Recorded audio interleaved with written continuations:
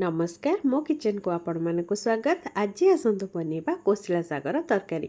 से मुझे गोटे बिड़ा कोसला साग ता सहित दुईटा आलू गोटे बैगण आ कि सारू ता सहित मुझे नहीं कि बड़ी आउ ता सहित दुईटा सुखिला लंका धला सोरिष कला सोरिष गोटे गोटे चामच ता सहित गोटे रसुण आ गोटे पियाज जमतीक आपण मैंने देखुं मुझे परिवा को अलरेडी धोईकी काटिकी रखीदे आ मसला को भी मुझे बाटी देची।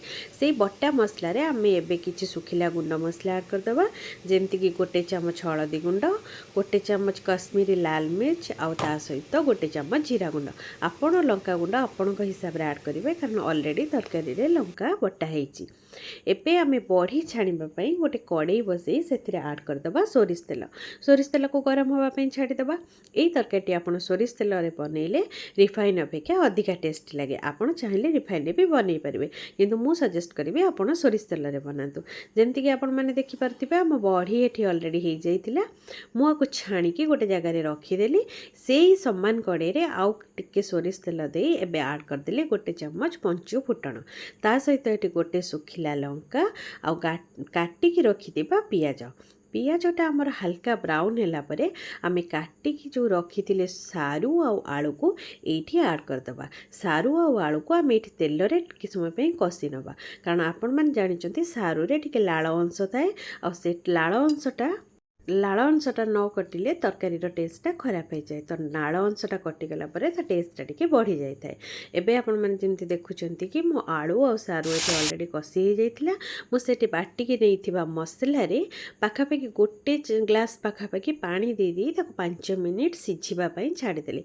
आपण 5 मिनिट मीडियम फ्लेम रे सिझेला ढक्कन काढ़ी देखूँ आपणकर एमती साइड को नहीं गोटे परिवा आपण काटिकी देखूँ 80% पाखापाखि आमर एबे सिझी जाइए। तापर आम ये काटिकी रखि बैगण आ सहित शाग को ऐड करदबा।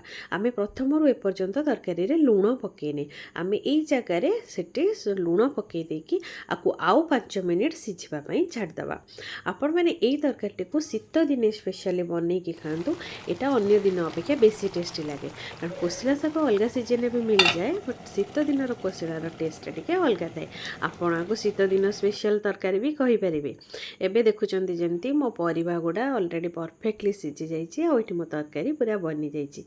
एबे मुझे कौन कली ना जो बड़ीटा मुझे छाणिकी रखी एबे यही जगार बड़ीटा को ऐड करदेवी। तापर आपण को जेतिकी ग्रेवी दरकार तरकारी रे आपण सेतिकी ग्रेवी रखी गैसटा को ऑफ करदेवे। आपण मानक जदि रेसिपीटा भल लगिथिबो आपण मन चैनल नुआ थिबे मो चैनल को सब्सक्राइब करिवा वीडियो टी लाइक करिया को भूलिबेनी। एबे आसंतु सर्व करिबा आकु गरम गरम भात सहित सर्व करिके खांतु आ मते कमेंट लिखिकी जणातु आपनको केमती लागिला। धन्यवाद।